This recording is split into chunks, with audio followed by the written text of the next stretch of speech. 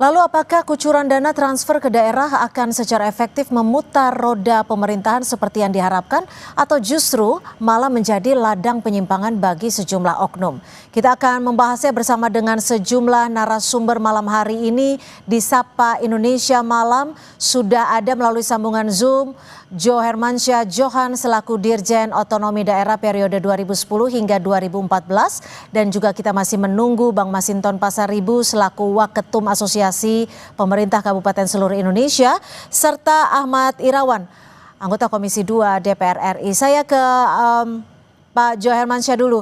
Bagaimana Anda melihat dari sudut perspektif tata kelola otonomi daerah terkait dengan kebijakan ini, Pak Jo Hermansyah? Ya, dari sudut tata kelola otonomi daerah yang sehat ya, itu memang mestinya daerah otonom mempunyai kapasitas, kemampuan dalam membiayai urusan-urusan pemerintahan yang ditransfer kepada daerah atau membiayai urusan rumah tangganya. Nah, tetapi faktanya kan dewasa ini daerah otonom kita itu kapasitas pendapatan asli daerahnya rata-rata lemah. Sehingga sekitar tadi disebut datanya 70%, 80% daerah otonom yang di Indonesia ini jumlahnya 546 ya. Iya. Nah, sekitar 80% itu mengandalkan bergantung kepada dana transfer daerah atau Betul. macam subsidi itu sebetulnya dari pusat kepada daerah otonom. Nah, kalau itu tidak ditransfer, tidak diberikan atau dikurangi signifikan, maka menghambat jalannya pelayanan publik dan juga membuat lambannya perekonomian daerah. Artinya Itu Anda mau sudah mengatakan dengan kebijakan ini tidak sejalan dengan semangat untuk mensejahterakan masyarakat khususnya di daerah atau bagaimana ya. nih? Ya, otonomi daerah itu Mbak Cynthia tujuannya adalah untuk meningkatkan kesejahteraan masyarakat di daerah dan untuk meningkatkan pelayanan publik yang lebih baik karena dia lebih dekat kepada masyarakat dan lebih cepat bisa melayani masyarakat. Nah, kalau misalnya itu dana yang untuk membiayai urusan pelayanan, urusan pemerintahan, ya dikurangi jauh ya, seperti yang direncanakan sekarang itu kan sekitar 269 walaupun walaupun Ya, Mendagri tadi bilang mau minta akan ditambah tambahkan sekitar diusul 40 ditambah triliun. 43. Tetapi rata-rata 10 tahun terakhir itu 900 triliun ya dana transfer dari jumlah APBN kita. Nah, itu pun juga daerah sudah terseok-seok dengan dana yang 900 T. Nah, jadi kalau dikurangi sampai seperti yang sekarang, itu saya kira akan mengganggu sekali jalannya pembangunan Ya. dan pelayanan publiknya akan merosot nantinya dan juga instabilitas Ya. daerah akan terjadi relasi yang buruk yang kurang baik antara pusat versus daerah. Dan tentunya itu kan memang menjadi satu hal yang tidak kita inginkan. Lalu dari pengamatan Anda, apa setidaknya langkah bijak yang bisa dilakukan? Karena kalau TKD dipangkas kan ini dikhawatirkan roda pemerintahan tidak berjalan, kesejahteraan masyarakat juga akan berkurang. Tapi di satu sisi lainnya, pemerintah pusat juga masih terus melakukan efisiensi. Ya, jadi kalau jalan keluarnya hampir impossible semua ya dalam jangka pendek. Misalnya satu, naikkan pajak dan retribusi daerah dalam keadaan ekonomi rakyat sulit, tidak mungkin ditempuh oleh kepala daerah. Yang kedua, misalnya kalau mau dilakukan pola kerjasama antara pemerintah daerah dengan badan usaha. Nah, itu kan tidak bisa simsalabim. Dalam waktu pendek itu bisa terbangun kerjasama dan dapat duit daerah kan. Nah, itu juga hemat saya impossible untuk bisa dilakukan. Yang ketiga, menggali pendapatan asli daerah lewat misalnya sumber daya alam yang dimiliki. Emang semua daerah otonom itu punya sumber daya alam ya yang masih bisa dieksplorasi, masih bisa diambil. Enggak juga. Nah, jadi oleh karena itu memang jalan keluar yang bijak ya sesuai dengan ketentuan hubungan undang-undang yang terkait hubungan keuangan pusat dan daerah, itu jagalah hubungan keuangan pusat dan daerah secara serasi, secara Oke, setara, secara harmonis. ya. Nah, pusat hanya melakukan itu. Sudah bergabung bersama kami Ahmad Irawan dari Komisi 2 DPR RI. Pak Irawan, kalau kita lihat bagaimana lalu DPR khususnya di Komisi 2 sebagai mitra kerja untuk memastikan agar pemangkasan TKD ini tetap tidak merugikan masyarakat di daerah-daerah. Terima kasih Mbak. Kami sebenarnya sudah menyampaikan seperti apa yang disampaikan oleh Jo tadi dalam berbagai pernyataannya, termasuk di dalam rapat terakhir kami bersama Kementerian Dalam Negeri, kaitannya dengan bahwa pengurangan transfer ke daerah tersebut akan mengurangi kemampuan fiskal di daerah. Ya. Namun kami juga sangat memahami apa yang telah disampaikan oleh Menteri Dalam Negeri yang selama ini menjadi yang sering diajak berdiskusi oleh Kementerian Keuangan. Salah satu hal yang kami tangkap dan kami pahami bahwa sebenarnya yang dilakukan oleh pemerintah pusat saat ini bukan pemotongan, bukan juga efisiensi, tapi pengalihan anggaran dari yang sebelumnya dikelola oleh pemerintah. Sekarang dikelola oleh pemerintah pusat, yang mana berbagai program pemerintah tersebut juga nanti penempatan programnya juga itu di daerah. Kalau dari penjelasan Kementerian Dalam Negeri itu sekitar 1.300 triliun itu berbagai program pemerintah pusat akan diberikan ke daerah. Yang kedua juga tadi Pak Jo telah menyampaikan bahwa ada penambahan anggaran sekitar 43 triliun. Almana 43 triliun ini sebenarnya evaluasi atas kebutuhan daerah yang memiliki kemampuan fiskal yang lemah gitu. Tapi kan di setiap daerah punya kebutuhan ini masing-masing. Ada kebutuhannya memang mencukupi kebutuhan yang dengan nilai yang cukup besar. Tidak bisa disamakan untuk tiap daerah. Iya, makanya yang disampaikan oleh Kementerian Dalam Negeri bersama diskusinya dengan Kementerian Keuangan, setiap pemerintahan daerah itu berbeda-beda kemampuan fiskalnya. Betul. Ada kemampuan lemah, sedang, dan tinggi.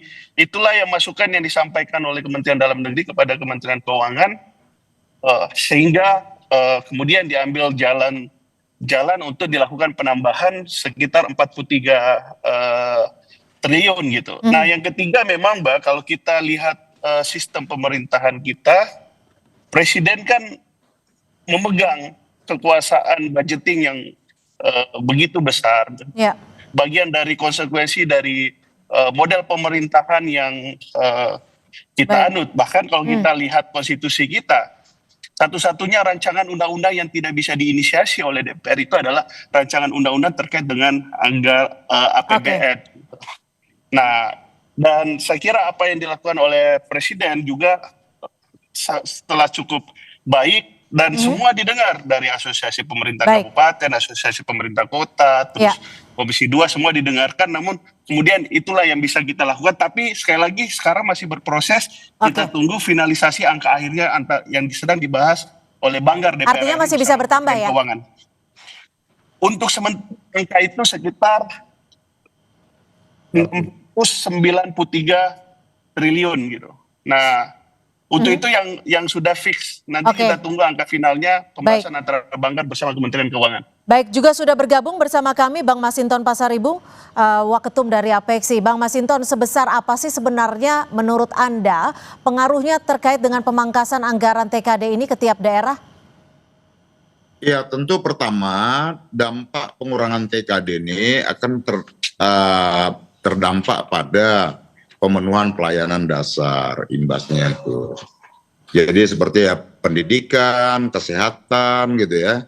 Terus kemudian infrastruktur dasar itu ada jalan, irigasi, puskesmas, sekolah dan lainnya. Kemudian apalagi ya TKD ini juga sangat terdampak terhadap daerah-daerah yang dengan fiskal rendah, yang tingkat ketergantungan TKD-nya sangat tinggi, di mana daerah tersebut belum memiliki kemandirian secara fiskal.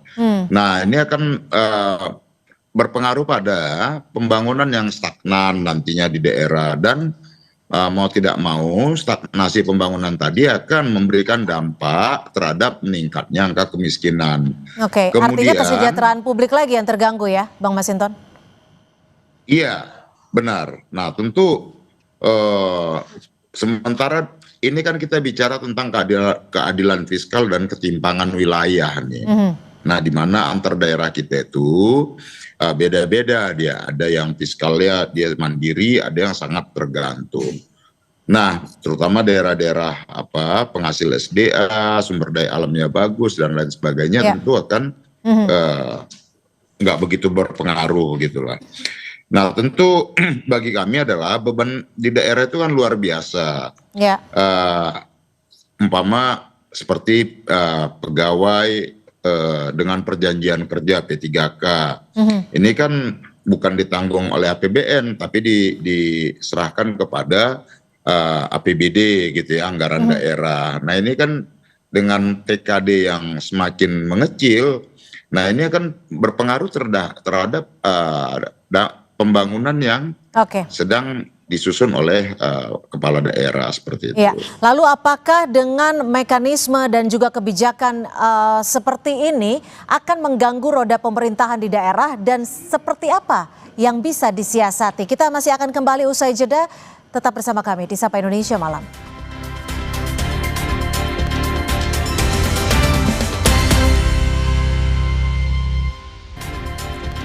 Sudah bergabung bersama kami di studio Mas Ahmad Irawan, dan juga bergabung melalui Zoom Pak Jo Hermansyah dan Bang Masinton Pasaribu. Bang Masinton, kalau Anda sendiri mencatat tidak kira-kira proyek ataupun program yang sekiranya bisa terhambat ketika TKD ini jumlahnya semakin kecil? Bang Masinton, mohon maaf, audionya masih termute. Iya, Mbak. Jadi itu sangat terdampak dalam aspek pelayanan dasar, program-program baik itu di pendidikan, kesehatan, jalan, irigasi, puskesmas dan lain sebagainya, sekolah-sekolah. Nah, sangat terdampak. Nah, apalagi umpama di daerah-daerah antara, kalau kita bicara tentang perbedaan kebutuhan di Jawa, daerah di luar Jawa dengan daerah di luar Jawa gitu loh. Tantangan pembangunan infrastruktur, jalan, listrik gitu loh. Terus dan persoalan lainnya yang sangat mendasar itu di daerah-daerah. Nah, ini akan sangat terdampak. Nah, maka sebenarnya adalah kami daerah-daerah, terutama teman-teman di APKASI, ya, Asosiasi Pemerintahan Kabupaten seluruh Indonesia, berharap agar ada pengurangan transfer keuangan ke daerah itu bisa dievaluasi kembali dan bisa ditambahkan gitu ya. Nah, kemudian agar juga bisa program-program di pemerintah pusat juga di kementerian lembaga itu bisa dievaluasi mana yang serapannya bagus, kemudian belanja-belanja pusat yang tidak produktif bisa dialihkan ke menambah jumlah transfer ke daerah tadi itu. Jadi menurut kami agar ada pendistribusian ya keuangan terhadap daerah secara adil dan merata dia kira-kira. Tergantung kebutuhan tiap daerah seperti itu ya. Iya. Mas Irawan, lalu bagaimana DPR sebagai lembaga yang mengawasi bisa memastikan bahwa transfer ke daerah ini bisa sesuai dengan kebutuhan daerah masing-masing? Apalagi kan sebenarnya yang dikurangi cukup banyak ya dari anggaran dasar awalnya. Kami sebenarnya juga sudah menyampaikan seperti apa yang disampaikan oleh Pak Masinton tadi terkait dengan dampak nyata, terkait dengan pengalihan anggaran tersebut gitu. Tapi kan kita tidak hanya bicara terkait dengan kebutuhan pemerintahan daerah, tapi kita juga bicara terkait dengan kemampuan, terus politik anggaran Dan hal mana kaitannya dengan politik anggaran ini, pemegang kekuasaan tertingginya berada di presiden, dan presiden punya program-program prioritas nasional juga kaitannya dengan hal tersebut. Jadi daerah dong yang dikorbankan? Sebenarnya tidak dikorbankan juga, karena kaitannya dengan pengelolaan anggarannya aja. Yang sebelumnya itu ada di daerah, kemudian dialihkan ke berbagai kementerian lembaga, khususnya kementerian lembaga yang sedang menangani berbagai program prioritas presiden. Nah, inilah yang penting bagi kita sekarang itu adalah bahwa DPR bersama-sama dengan pemerintah itu sedang mencari jalan keluar bagaimana ruang yang terbatas ini itu bisa ditambahkan. Nah, untuk sementara ini dari update yang kami terima dari Kementerian Keuangan melalui Kementerian Dalam Negeri bahwa telah dilakukan penambahan sebesar 43 triliun gitu. Tetapi kita nggak hanya bicara terkait dengan kebutuhan, karena itu sudah kita sadari bahwa ada pemerintah daerah yang kemampuan fiskalnya rendah, sedang, tinggi. Sebenarnya kita juga bicara dalam konteks tadi kebutuhan. Yang ketiga adalah sebenarnya ini juga mungkin otokritik juga buat pemerintah daerah, karena selama ini juga banyak transfer daerah, belanjanya itu tidak berkualitas gitu. Tidak berkualitas. Termasuk yang disampaikan oleh Pak Menteri dalam RDP terakhir. Jadi sebenarnya ini adalah strategi juga yang dilakukan oleh pusat agar belanjanya bisa lebih berkualitas gitu maksud Anda? Saya kira itu bagian dari strategi yang diambil oleh pemerintah setelah melakukan evaluasi terhadap transfer daerah yang selama ini berjalan gitu loh. Banyak permasalahan dalam pengelolaan. Pak Johar Mansyah, bagaimana? Anda setuju dengan statement dari Mas Irawan ini? Iya, kalau soal belanja yang kurang berkualitas, ya itu saya kira tanggung jawab pusat juga melakukan pembinaan terhadap Pemda-Pemda. Kemana aja pusat, ya kan, nah, selama ini. Lalu tiba-tiba mengurangi dengan dalih alasan seperti itu. Nah, ini kan bukan main-main. Kita spiritnya otonomi daerah itu penyelenggaraan pemerintahan oleh daerah. Jadi itu namanya pembangunan daerah tuh Pak Masinton, bukan pembangunan pusat di daerah oleh KL-KL itu. Karena KL-KL itu kepentingannya adalah kepentingan strategis nasional, belum tentu sama dengan kebutuhan Pak Masinton dan kawan-kawan lain. Jadi ini saya kira yang paling baik, yang paling fair, tahan dulu lah, jangan diturunkan sampai setinggi itu, sebesar itu. Tapi kan mau ditingkatkan lagi, ditambah 43 triliun. Menurut Anda cukup tidak berdasarkan pengalaman Anda? Kalau analisis saya, 900T itu saja sebetulnya bisa dibilang juga ada ketidakadilan fiskal. Karena pusat menghabiskan 2.700 lebih T. Sementara 900 dibagi untuk 546 daerah otonom. Itu aja kurang adil, ya, dan itu nabrak pasal 18B ayat 2 Bang Masinton, ya kan, kalau mau fair ya. Nah, jadi kalau saya sarankan DPR itu kan punya hak budget, jadi agak high profile lah, Mas Bambang, jangan lalu bersaing kepada presiden sebagai Mas Irawan ya, sebagai presiden, sebagai pemegang kekuasaan eksekutif di bidang anggaran. Kita bisa cut the spending oleh pemerintah pusat yang boros itu juga. Pak Masinton kan bilang evaluasi juga tuh KL-KL itu. Karena di KL belanjanya nggak boros, ya kan, gitu.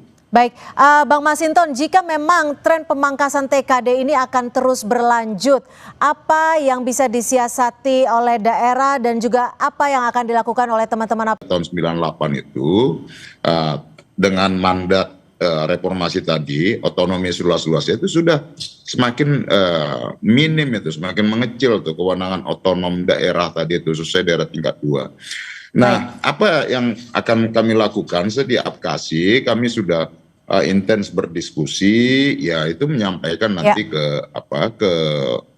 Menteri Keuangan juga, ya kan.